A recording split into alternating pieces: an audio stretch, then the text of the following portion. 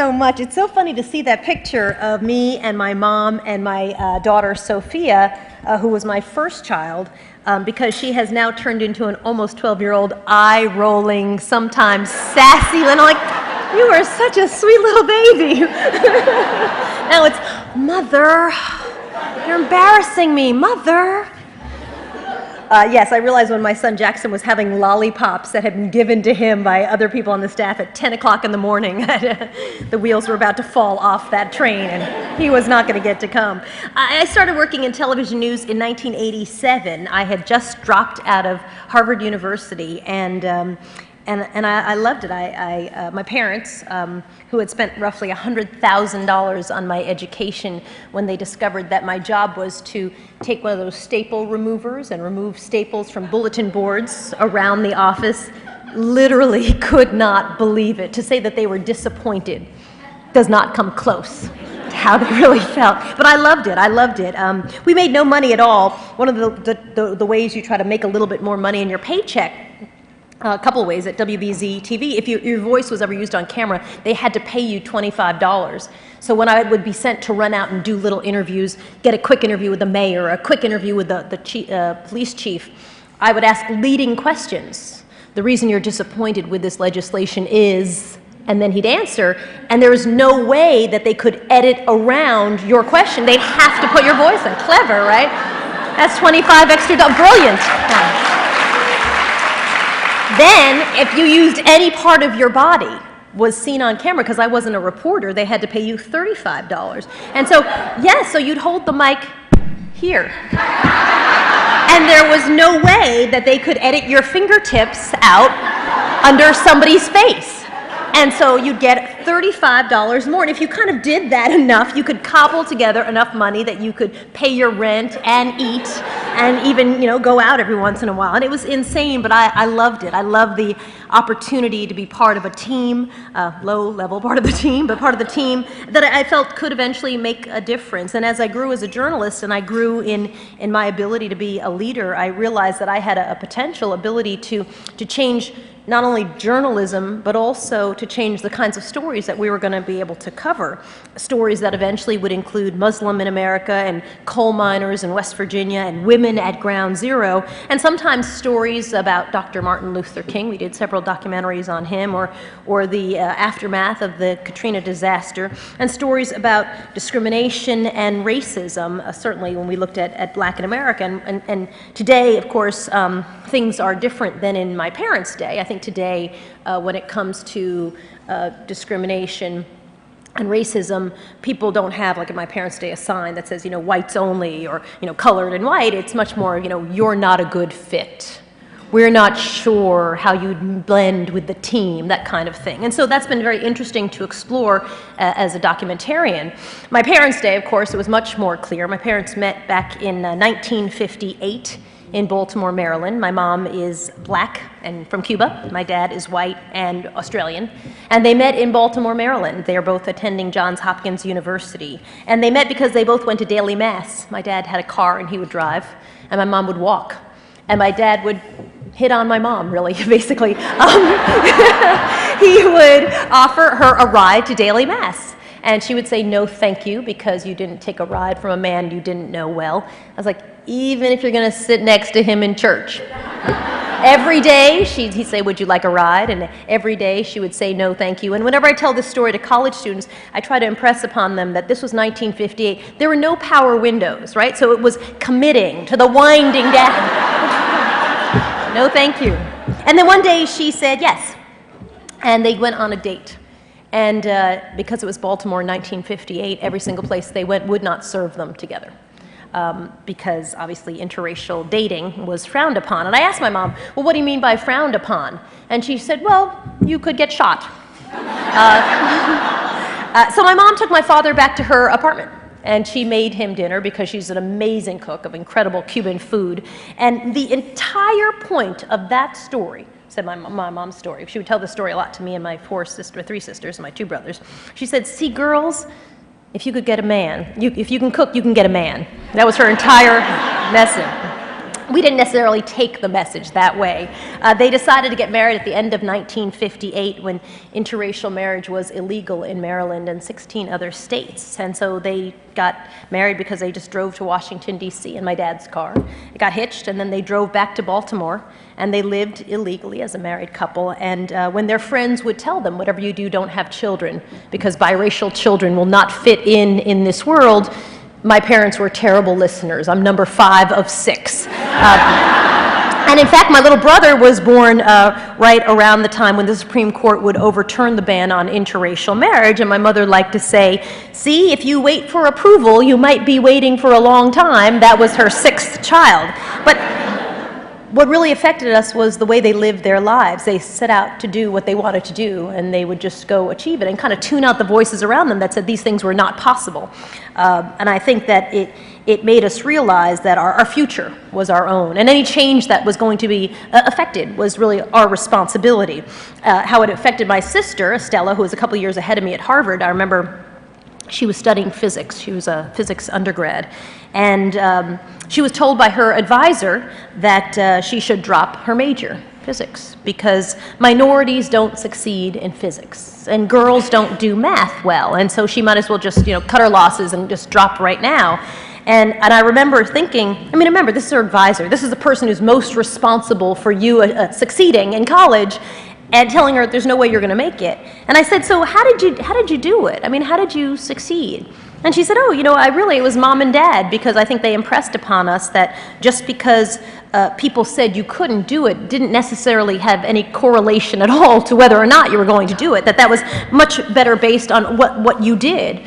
It was left up to you. And I think that attitude of my parents really gave me a leg up in an industry that has always struggled with diversity. The number of Latinos and African Americans in television news are not significantly higher than when I started in the business 25 years ago.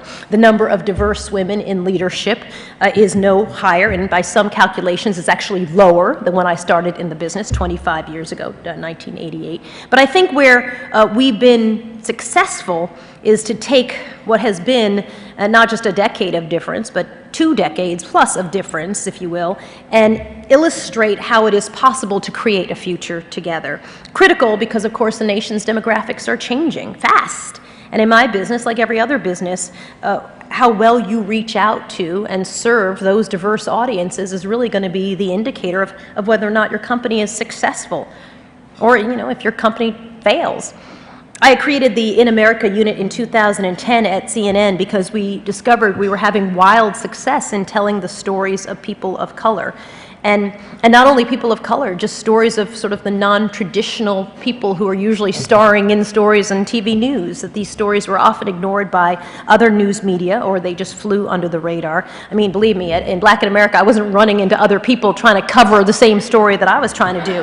And certainly not covering a Latina boxer who was potentially on her way to the Olympics.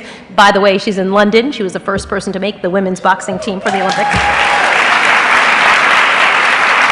But again, I knew that part of the change that I wanted to make in journalism was the stories that were told by journalists. And so we created a documentary unit that had at its core a mission to tell the stories of all of our audience. And that meant Black in America and Latino in America and Muslim in America and gay in America, and stories of female rescue workers at Ground Zero. And what enabled me to take on this project, a unit focused on telling diverse stories, was bottom line success. We made money. No matter what people tell you, it's good for the company and it feels good. Here's the thing, it makes money.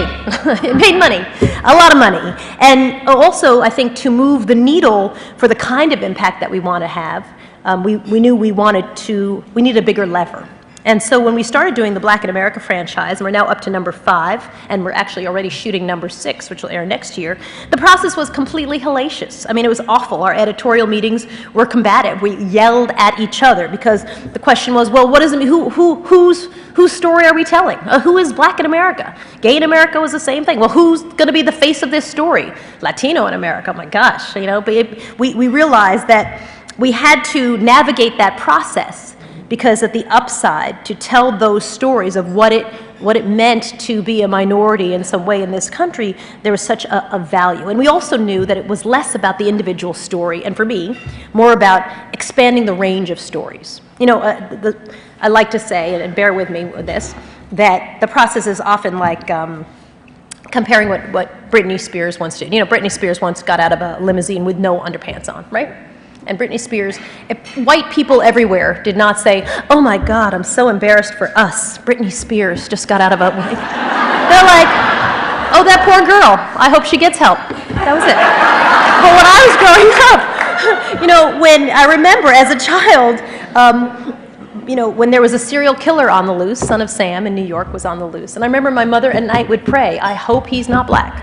I hope he's, because she fully understood that there would be an impact upon us if he were, that as the only black family in a community, that we were represented by very few stories, and that was going to be one of them, and that would be problematic for us. And so for me, the goal has always been to expand the number of stories, because I think in TV news you have, you know, sort of 5 stories about black people, 3 stories about Latinos, Asians get 1 story, and Native Americans get no coverage whatsoever.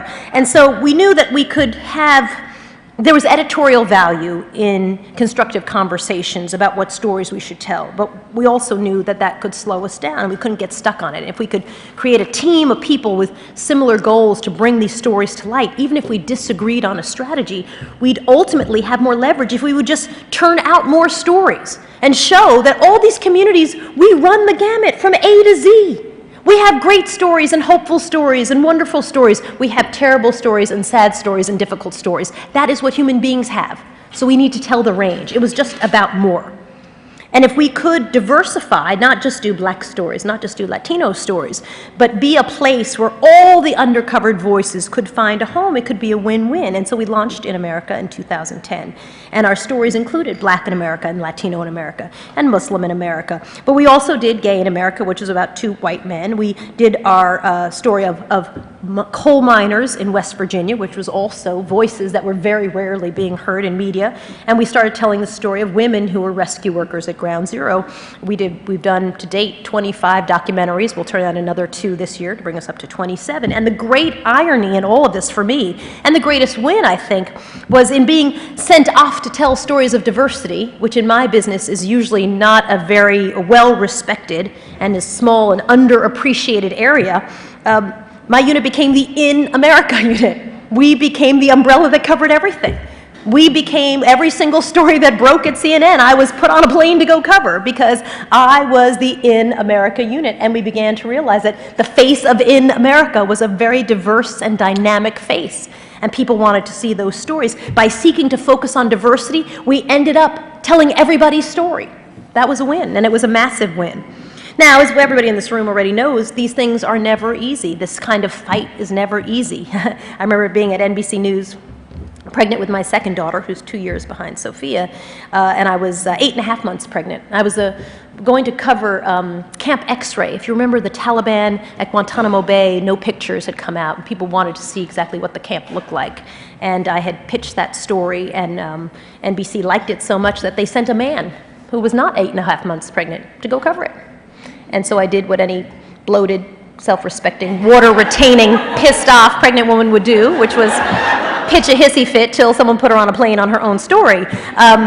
But it was always about pushing and pushing and pushing, or covering the tsunami, even for CNN, the Southeast Asian tsunami. I would have conversations with our assignment desk with, disturbingly enough, young women who'd say, oh, you're not going to want to cover this story. You're a mom. I know, you're not going to want to go on this. And I remember thinking, like, at that point we had 4 kids under the age of 4. I had just had my twins. And I'm like, Thailand? That sounds fantastic. I'm in. Put me on a plane to Thailand. I got 4 kids under 4. I have just knocked out twins. Are you kidding me? I remember the flight attendants would come over on the Singapore Air, and I'd be like, just go away. I'm having my me time right now. Just leave me alone. You know, I kid, but I think what we recognize, that there was a value, certainly in the case of women of color, and certainly in the case of just women in general, where the moves in your career are watched very closely by the younger women around you, right? They want to see what you can do, they want to see what you can achieve, and they want to see where you're failing, because that's how they're going to map out their career as well. So it mattered. It mattered much more than, did I get on a plane to Thailand to go cover the tsunami? It was really about, wow, so can someone with 4 kids actually do this story and tell this story from a different perspective than everybody else maybe who's on that plane? And I would argue yes. So I think it's fair to say that that's an experience that everybody, most people in this room have had, defining what you want to do, what you're able to do, what you're willing to do, because there are lots of assumptions that are made when you're a woman of color and when you are a working mother. But I guess for me, it's been about strategy and being very intentional about getting those skills to succeed, and then how to figure out how you bring others along with you. I remember the moment I wanted to become a journalist. I had been at college, I was a freshman, and I had a deal with my mom that I would take her Chevette for the afternoon if I would drop her off at school. She was a teacher. My mom's about 5'2", little afro. I used to carry one of those macrame handbags in the shape of an owl with the beads for eyes. You all laugh because you had one of those, right, remember? And I remember going back to school to pick up my mother, and we're walking out of the hallway from school, and the principal and the vice principal and the dean of my high school, my mom was a teacher in my high school, had stopped this kid who was about a 12-year-old young black boy. And he didn't belong in the school because I went to a high school that was 99.99996% white, so he didn't belong there. And I remember my mom stopping in the hallway. And because I was 19 and stupid and wanted to drop her home and get the car, I was like, "Mom, let's go."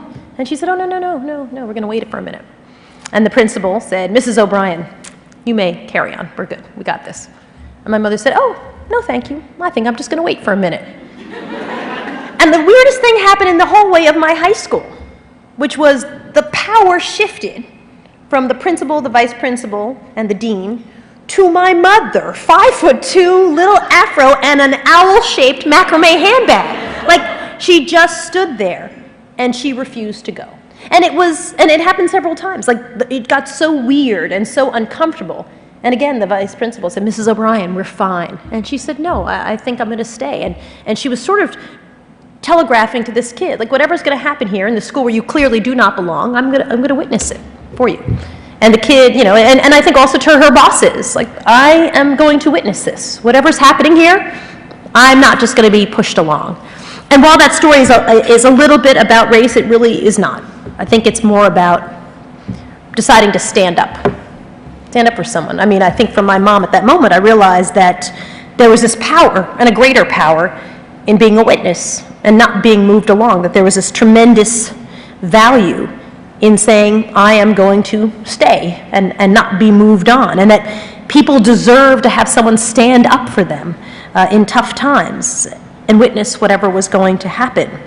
And so I guess for me, it was always about that. My path to becoming a journalist was about, how do you do this rare thing? How are you a witness? And I've tried to focus my career on being that witness for the voices of people whose stories are not really told very often. And voices, I think it's fair to say, in many cases, their stories would just kind of disappear if we didn't seek them out and put them on television in a major way, and do it with such great journalism that people start to notice, and we build a brand around it, and then it's successful. So I guess at the end of the day, what I've discovered is that when we choose to do these things, to be a voice for those who are voiceless in my profession, which is often people who are in underserved communities, people of color, or be a voice for pushing an agenda forward that has a good business outcome, we can win. In my business, which is measured by ratings and eyeballs and storytelling, more diversity around the table eventually means a more diverse audience, which helps us grow and helps us win. So I'll leave you with a quote today because it's my favorite, and it's from Dante. And I always tell college students if they can figure out how to work this into an essay, they'll get an A. And it goes like this: "The hottest places in hell," Dante, "the hottest places in hell are reserved for those who in times of great moral crisis maintain their neutrality."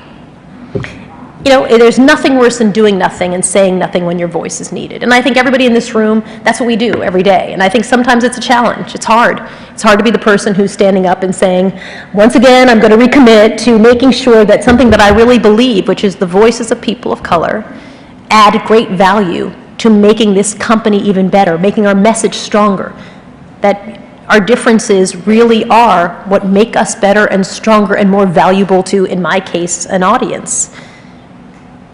When we were doing our documentary on the women of Ground Zero, we focused on 10 women who had been in different positions during 9/11.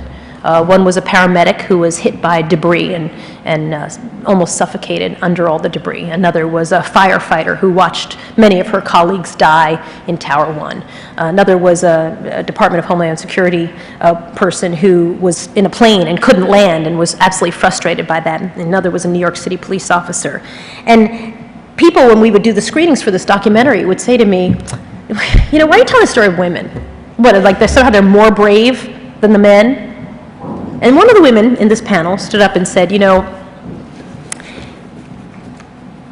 CNN did a number of stories on the dogs of 9/11. That's no joke. They did the German shepherds of 9/11. And no one complained. People thought it was great. And when 1 hour was committed to the women of 9/11, the 10 random rescue workers to profile, that there were some people who felt it was too much and somehow demeaning to the men. And she said, I think we can stand for an hour of hearing from voices that are different, because it paints a picture of what America truly is, and that is what is essential. And at the end of the day, I think she's describing not only what my job is, but what your jobs are as well. Thank you very much.